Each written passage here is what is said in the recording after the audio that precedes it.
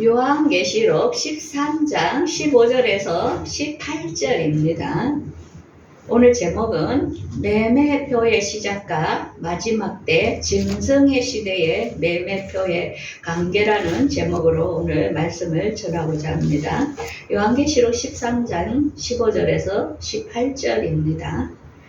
오늘 본문을 들어가기 전에 우리가 처음부터 어떤 하나님의 뜻을 알아야 처음에 창세에 사용했던 화폐와 마지막 화폐의 진행 과정을 이해할 수 있을 것입니다.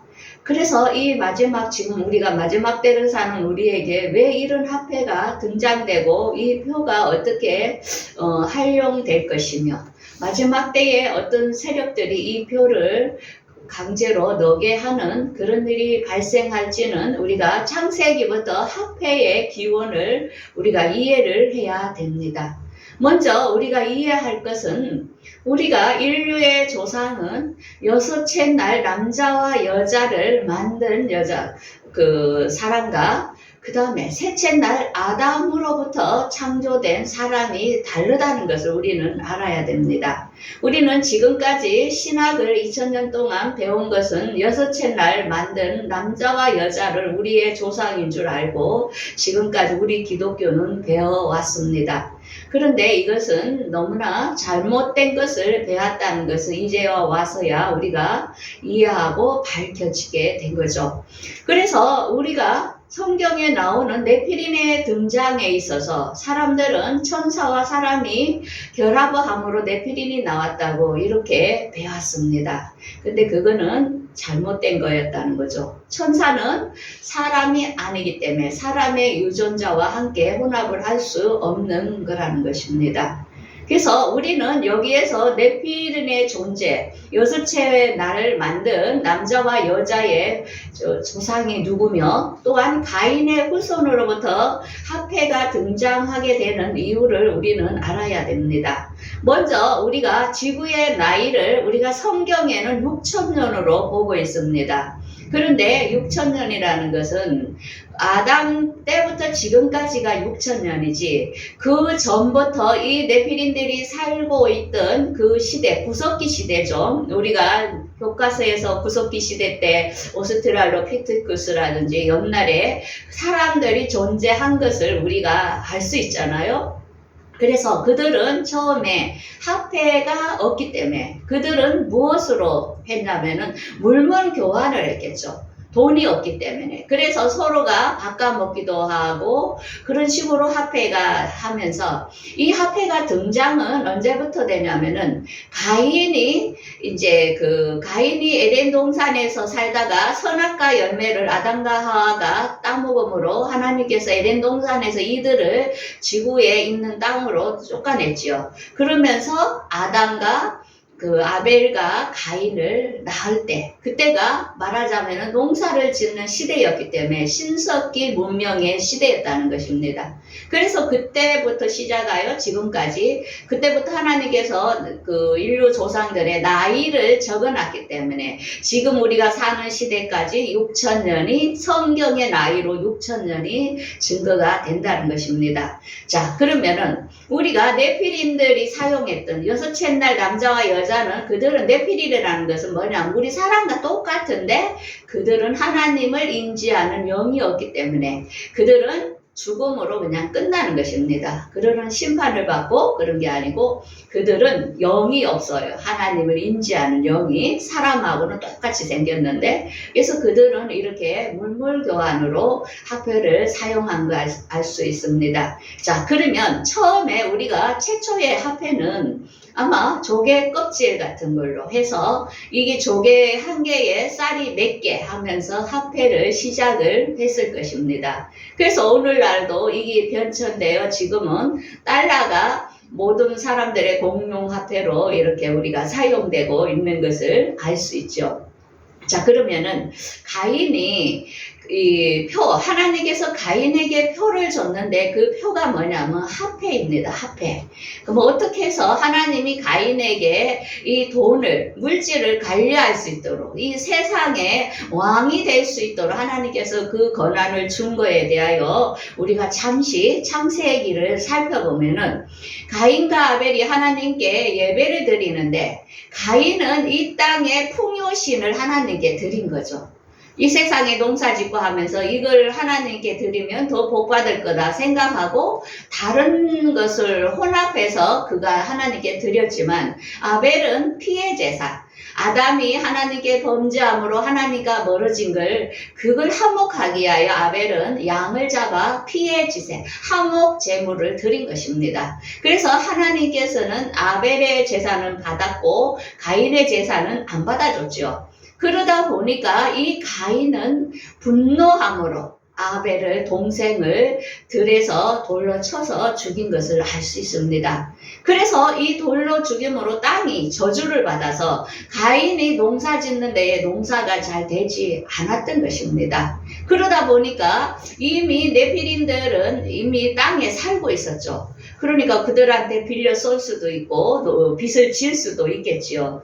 그러다 보니까 본인이 이제는 무서워진 거죠. 사람들을 보면서 자기를 죽일까봐 이제 무서워진 겁니다. 그래서 가인이 하나님께 그러죠. 이제 내가 사람들이 나를 보면은 죽일 것 같은데 어떻게 하면 좋겠냐고 하니까 하나님께서 너를 죽지 않는다. 그러면서 하나님께서 가인에게 그 죽음에서 면할 수 있도록 하나님께서 가인에게 표를 줌으로 은혜를 베풀어 준 겁니다. 그래서 이 가인이 누구냐? 가인은 사람을 죽이는 씨로서 악의 씨, 선악과의 씨에서 악의 종자, 한마디로 가라지의 씨의 자손이 가인에게서 나오는 것을 알 수 있는데요. 이 가인이 어떻게 했습니까? 그 아담과 하와가 사는 거기서 떠나 노 땅으로 갔지요. 에덴에서 노 땅으로 가가지고 거기서 네피림의 아내와 동침을 해가지고 결혼을 함으로 거기서 에녹성을 쌓으면서 가인이 부자가 됐습니다. 자, 그러면 가인이 어떻게 해서 부자가 됐을까? 한개나 네피림 사람들은 돈이 뭔지를 몰라요. 그러니까 물건을 갖고 갈 때 이렇게 많이 이동하는 걸 보면서 가인은 머리가 좋으니까, 야, 이제부터는 이게 돈이야. 이 조개, 요거 2개면은 너 2개, 이제 쌀이 2개를 바꿀 수 있어. 이러니까 사람들이 그때부터 그 무거운 걸 갖고 다닐 필요가 없으니까 이 화폐, 가인은 조개 껍질만 주워오면 되겠죠. 그죠? 그러다 보니까 가인이 아무것도 없는 상태에서 성을 쌓을 수 있는 성주, 그렇게 부자가 된 겁니다. 그래서 이 가인의 후손들을 보면 창세기에 가인의 그 밑에 자녀 7대손이 라멕이 나옵니다. 그래서 이 라멕은 또 아내 아다와 실라라는 2 아내를 줬으면서 그들 자손들이 무엇을 했냐면은 가축을 치고 수금을, 그 통수를 잡고 구리와 쇠를 다루고, 또한 종교계의 누이는 나아마라 했는데 음녀, 사람을 미혹해 하는 그런 자로. 그래서 그 당시에 이 가인의 후예들이 세상의 정치, 경제, 문화 모든 것을 잡고 있는 큰 세력이 되었다는 것을 알 수 있습니다. 왜? 하나님께서 마귀에게 이 땅을 다스릴 수 있는 그런 권세를 줬기 때문에 이 세상에 하나님을 안 믿는 사람들이 하나님 믿는 사람보다 더 잘 살고 더 권력 있고 그렇습니다. 왜? 이 세상을 하나님께서 그런 권세를 준 겁니다. 마귀들에게 준 것입니다. 그러면은 오늘날 지금 우리가 이제 마지막 때죠. 그 마지막 때는 그 씨, 가인의 후예들의 씨가 지금 어떻습니까? 정치, 경제, 문화를, 이 세상을 다 잡고 있지요, 지금. 그래서 그들은 아주 강력합니다. 그래서 성경에서는 이 마지막 때를 알고 하나님께서는 짐승이 붉은빛 짐승을 탄 음녀, 붉은빛 짐승이라 했죠. 붉은빛은 뭡니까? 짐승은 나라를 말하는 것입니다. 붉은빛은 공산주의자들, 아주 강력한 나라들을 같이 혼합해서 음녀라는 것은 뭡니까? 이 땅을 다스리는 성이라 했습니다. 그들은 누굽니까? 이 세상을 지배하는 아주 위에, 나라 위에 또한 엘리트들이 있습니다. 그래서 그들이 이 땅의 왕들을 자주우지하면서 그들이 시키는 대로 이 땅은 조절되고 있다는 것입니다. 그래서 짐승과 그 음녀에 대하여 우리가 성경의 17절 18절에 하나님께서는 우리에게 잘 보여주고 있죠. 그래서 지금은 그들의 정체성을 우리가 파리 올림픽을 하면서 그 정체성을 이제는 우리에게 다 보여줬습니다. 성경을 계시록을 아는 사람들은 그 파리 올림픽에서 열렸던 것이 시야가 영적으로 다 보이게 됩니다. 그들이 우리에게 무엇을 보였냐면은 이 청황색 말, 계시록에 나오는 이 청황색 말 탄 여자가 나옵니다. 앞으로 이거는 뭐냐면 이가 등장하면서 이게 적그리스도죠. 이가 등장되면서 이 땅에는 검과 흉년 사망으로 4분의 1이 타격을 받을 것을 우리에게 성경에서는 이미 암시를 했는데 그들도 이것을 누가 합니까? 이런 일은 악한 자들이 진행을 한다는 거죠. 그래서 앞으로는 우리가 흉년이 올 것, 전쟁이 올 것을, 전염병이 올 것을 우리는 미리 감지를 해야 됩니다. 그래서 우리가 그것을 예방해야 되고 지금부터 준비를 해야 된다는 것을 영적인 눈을 떠야 된다는 것입니다. 그냥 그들이 그 샘강을 통해 말 타고 간 게 아니라는 것입니다. 그러면서 그들이 그 말을 타고 흰 말을 타고 등장하면서 그 뒤에는 뭐가 있었지요? 천사의 날개가 이렇게 있는데 그게 누굴 상징한다고요? 루시퍼를 상징합니다. 이 세상은 다 루시퍼에게 절하고 그 다음에 금송아지를 또 그 위에 세워놨죠. 만몬신에 경배하는 이 세상이라는 것입니다. 그래서 이 세상의 모든 정치 경제 왕들이 다 하나님을 한패로 대적하는 시대에 우리가 살고 있다는 것입니다. 그래서 우리가 정치인들 나와서 떠들지만 그들이 착한 사람이 다들 아니라는 것입니다. 하나님을 대적하는 대로 지금은 한패로 가고 있다는 것을 우리는 영적 눈을 떠야 됩니다. 그러면서 그들이 우리가 파리 올림픽에서 뭘 했습니까? 동성연애자들이 우리 예수님의 만찬, 최후의 만찬을 아주 조롱이나 하듯이 그들이 어떻게 했습니까? 동성연애자 집단으로 모여가지고 디오니소스 이 사람은 포도주의 신 하면서 그 그리스 신화에 나오는 사람이죠. 그러면서 이렇게 앞으로 세상은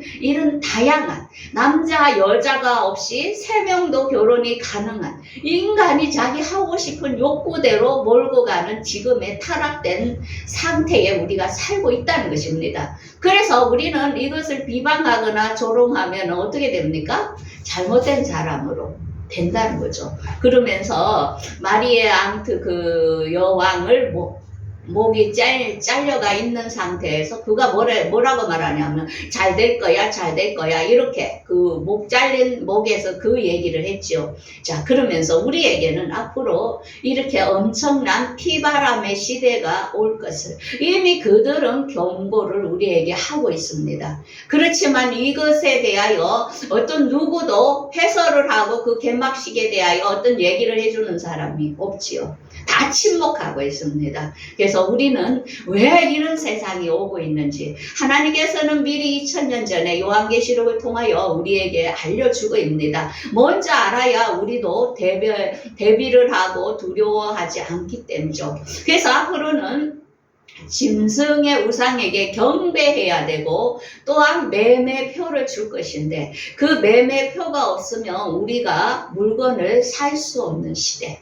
먼저 짐승의 우상에게 경배를 안 하면은 죽이겠다고 나옵니다. 그래서 우리가 이 세상 돌아가는 것을 잘 관찰해야 됩니다. 그러면 이 화폐가 어떤 식으로 해서 이 매매표가 변경이 될까? 우리가 세상 돌아가는 걸 잘 봐야 됩니다. 지금 이제 CBDC가 지금 이제 만들라고 했죠. 중앙 화폐로 해서 이제 화폐를 한쪽에서 지금 비트코인이니 가상화폐니 이런 게 나오면서 이제 중앙에서 통제하면서 그것을 사람들이 공동으로 다 써서 위험으로 보이시피식이나 이런 데로부터 위험으로부터 방지하기 대하여 지금 CBDC가 등장되고 있습니다. 우리가 바쁘게 살다 보니 모르는데 이 CBDC는 짐승의 표는 아닙니다. 그래서 이게 어떻게 또 변질되어서 사람 몸으로 들어와서 사람 몸이 스마트폰이 되면서 우리가 우리 몸에 그 매매표를 넣어야 되는 시대가 될지를 우리가 지금부터 관찰하면서 우리가 지혜롭게 대처를 해야 될 것을 알 수 있습니다. 그래서 앞으로 요한계시록의 마지막은 짐승의 표로서 우리의 이마와 오른손에 넣을 것이라고 지금 이야기하고 있는데, 이 표에 대하여 오늘 본문 요한계시록 13장을 한번 보겠습니다. 서론이 조금 길었지만은 이걸 이해하기 위해서는 서론이 조금 중요합니다. 자, 그러면 15절을 한번 보겠습니다. 13장. 그가 권세를 받아 그 짐승의 우상에게 생기를 주어 그 짐승의 우상으로 말하게 하고 또 짐승의 우상에게 경배하지 아니하는 자는 몇이든지 다 죽이게 하더라. 자, 먼저 우리에게 나라에서 강력한 일이 있을 것입니다. 뭔가 짐승의 우상에게 경배를 해야 된다는 것입니다. 이 경배를 안 할 때에 죽인다는 것입니다. 예전에 로마에서는 로마의 황제에게 경배하지 않는 사람들 죽이기도 하고 생활을 할 수 없는 그런 시대가 있었죠. 그런데 이것이 다시 재현된다는 것입니다. 짐승의 우상이 어떤 건지 모르겠지만 그 얘를 경배하고 그가 하라는 대로 해야만이 살 수 있는 시대가 지금 우리에게 오고 있다는 것입니다. 그러면서 16절에 이렇게 이야기하죠. 그가 모든 자, 작은 자나 큰 자나 부자나 가난한 자나 자유인이나 종들에게 오른손이나 이마에 표를 받게 하고, 우리가 이거는 연습해봤죠. 백신 코드 없는 사람은 매매 못 했었죠. 그런 것처럼 앞으로는 오른손이나 이마라는 것은 우리가 잘 활용할 수 있는 부분에 뭔가를 넣어야만이 매매를 할 수 있는 시스템으로 간다는 것입니다. 그러면서 이 표를 가진 자에는 매매를 못하게 하는데 그 이름은 짐승의 이름이나 수라 이렇게 나옵니다. 그래서 거기에서 이들을 세어보면 666이다 이러는데, 짐승의 수가, 이 짐승의 수가 뭐냐면 666은 율법의 그 시대에 보면은 율법 이전의 시대의 사람과 율법의 사람, 복음의 시대에 하나님을 따르지 않는 짐승, 육의 수, 그들은 모두 다 이 표를 넣는다는 것입니다. 그래서 짐승의 표라는 것입니다. 짐승들에게 넣는 표, 하나님을 거역하는 자들은 다 받게 되어 있다는 것입니다. 그러면서 거기에 보면은 짐승의 이름이나 수, 그거는 우리가 잘 알죠. 돈을 보면은 화폐에 세종대왕 있고 숫자가 나오잖아요. 그래서 앞으로 이 화폐도 그렇게 누군가의 이름과 단위가 나올 것을 우리에게 보여주고 있습니다. 그런데 우리가 왜 이것에 대해 이렇게 민감하냐면은, 시스템이, 세상이 그렇게 돌아가는데 기독교인들도 다 넣지, 왜 너희도 그렇게 별남이, 이렇게 사람들이 이야기하는 사람이 있을 것입니다. 그것은 왜 그러냐면은 계시록 14장 9절에서 11절에 이렇게 말합니다. 짐승의 우상에게 경배하고 이마에나 손에 표를 넣으면 하나님의 진노의 포도주를 마시리니 그가 불과 유황으로 고난을 받으리니. 사람이 무조건 지옥을 간다는 것입니다. 예수만 믿으면 천당 간다고 가르치는 사람이 너무 많지요. 안 그렇죠. 여기에 분명히 뭐라 했습니까? 그 표를 넣으면 불과 유황으로 들어간다고 했습니다.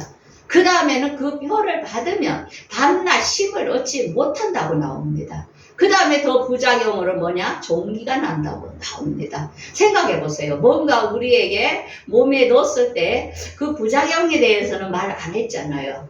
좋을 거라고, 너무 편리하다고 이렇게 광고할 겁니다. 그런데 성경에는 이미 그 부작용에 대하여 이야기합니다. 우리가 백신 맞을 때에 백신 맞은 사람보다 그 부작용으로 죽은 사람이 더 많은 걸 압니까? 우리가 모든 것은 한번 생각을 해야 된다는 것입니다. 앞으로 이게 진행될 때에 왜 우리가 이렇게 거부하느냐 하면은 무조건 지옥을 간다는 것입니다. 왜? 기계 인간이 되는 거죠. 하나님을 섬기는 자아가 없어지는 거죠.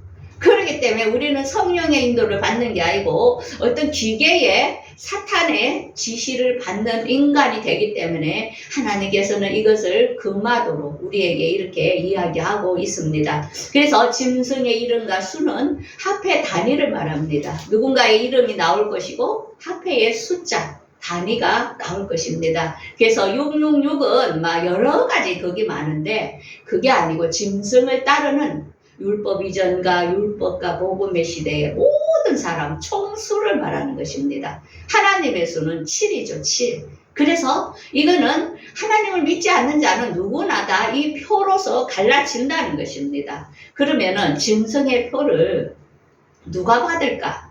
어떤 사람이 받을까? 언제까지 이것이 이제 될까? 우리가 중요한 것은 항충 재앙이 오기 전까지 하나님께서는 하나님의 일을 하고 있습니다. 자, 그러면 지금 항충 재앙이 오려고 하고 있죠. 이 항충 재앙은 뭐냐면은 정갈의 땅에 있는 정갈의 건세와 같은 건세를 받았더라. 이게 강력한 어떤 힘을 가진 사람이 와서 굉장히 요 세상에 사는 사람들이 위협하게 될 겁니다. 그러면서 그 사람들이 하는 일은 뭐냐면은 하나님의 입맞은 사람들은 해하지 말고 하나님의 입맞지 아니한 사람만은 그들을 이제 해하라고 이렇게 하는 거 보면 5달 동안만 괴롭게 하라. 그래서 이 5달 동안 하나님의 입맞은 사람들과 안 맞은 사람들하고 이제는 항충 재앙이 오기 전에 이렇게 항충 재앙이 오면 갈라지는 것입니다. 그렇기 때문에 하나님께서는 이 항충 재앙이 오기 전까지 하나님을 믿는 자들에게 복음으로 말씀으로 그들을 깨우는 것입니다. 그래서 그 말씀이 계시록 7장에 나오죠. 우리 이르되 우리가 우리 하나님의 종들의 이마에 인치기까지 바다나 나무들을 해하지 말라. 내가 인침을 받은 자의 수를 들으니 이스라엘 각 지파에 14만 4천이라.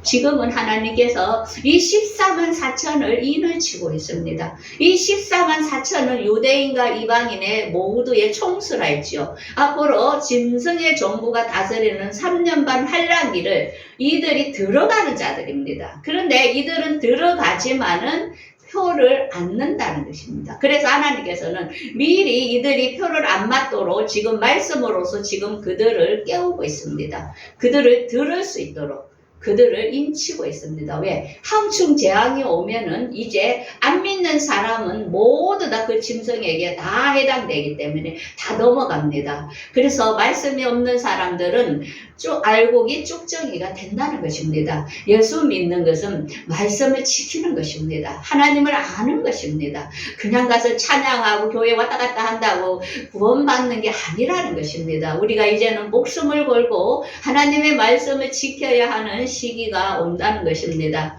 그래서 앞으로 진행은 지금은 하나님의 인치는 시간, 말씀이 항상 전달되는 건 아니라는 것입니다. 그때가 오기 전에 우리가 지금 복음을 전하는 것입니다. 앞으로 항충 재앙이 오면은 갈라진다. 완전히 안 믿는 사람, 믿는 사람 딱 갈라지는 모습을 여러분들이 보게 될 것입니다. 그 뒤에 뭐라고? 중동 전쟁이 일어나고 그 뒤에 예수님 강림하실 것을 제가 계속 이야기했죠. 그러고 나서 이미 일부 공중휴거 다 하고 나서 이 땅에는 짐승의 정부 3년 반 오른손이나 이마에 표를 넣는 시대가 올 거라고 했습니다. 자, 그러면 오늘 말씀을 들으면서 우리는 어떤 대안을 가져야 되는가? 첫 번째, 표가 나오면은 오른손이나 이마에 표를 넣으면은 무조건 불과 유황에 지옥에 간다는 것을 알아야 됩니다. 그 다음에 그들은 밤낮 힘을 얻지 못합니다. 기계 인간이니까. 그죠? 우리가 막 컴퓨터도 계속 돌듯이 컴퓨터와 연결된 거와 마찬가지잖아요. 그 다음에 몸에 종기가 나고 아프다는 거. 그런 부작용이 있는데 이걸 말 안 하고 좋은 것만 이야기해서 편리한 것만 해서 사람들을 그렇게 이끌어가게 될 것입니다. 그래서 우리가 싸울 것은 뭐냐면은 우리가 싸우는 것은 지방 뭐 가족 뭐 이렇게 나라 정치 이렇게 싸울 게 아니고 이 어둠의 세상을 지배하는 지배하는 영들이 있다는 것입니다. 세상을 지배하는 영들과 우리가 그들을 말씀으로서 싸워야 되는데 하나님께서 전신갑주를 입고 첫 번째는 진리가 무엇인지 성경을 모르면은 지금 시대의 젊은이들은 파리 올림픽에서 했던 것처럼 동성애도 좋은 거고 개인의 자유니까 왜 네가 타치하느냐 부모를 거역하는 것도 잘하는 것이고 돈이 최고고 이런 식으로 개인주의로 가는 것이 잘됐다 생각합니다. 그런데 하나님의 진리의 말씀은 어떻습니까? 아니다 하죠. 그건 잘못됐다 하죠. 그래서 진리의 말씀이 없는 세상 사람들이 세상의 문화에 따라가는 게 당연한 거다고 이렇게 그들은 주장을 할 것입니다. 그래서 우리가 지금은 뭡니까? 하나님의 말씀을 가지고 승리해야 된다는 것입니다. 그러면서 우리가 성령 안에서 무시로 기도로서 깨어 있어야 됩니다. 하나님과 교통하는 시간, 하나님의 말씀을 가지고 묵상하면서 이 말씀이 그런가 하여 성령께 물어보면서 우리가 지금은 신앙을 지키며 앞으로 올 위험의 시대를 대비해야 된다는 것입니다. 우리가 이 사실을 모르고 예수 믿는 게 행복하고 즐겁고 이런 것만 가르치면 안 된다는 거죠. 실제로 올 것을 대비하도록 우리가 이제는 믿음으로 무장해야 될 시기라는 걸 깨닫고 여러분들 항상 말씀을 중요시 여기는 일주일의 시간이 되기를 바라겠습니다. 기도하겠습니다.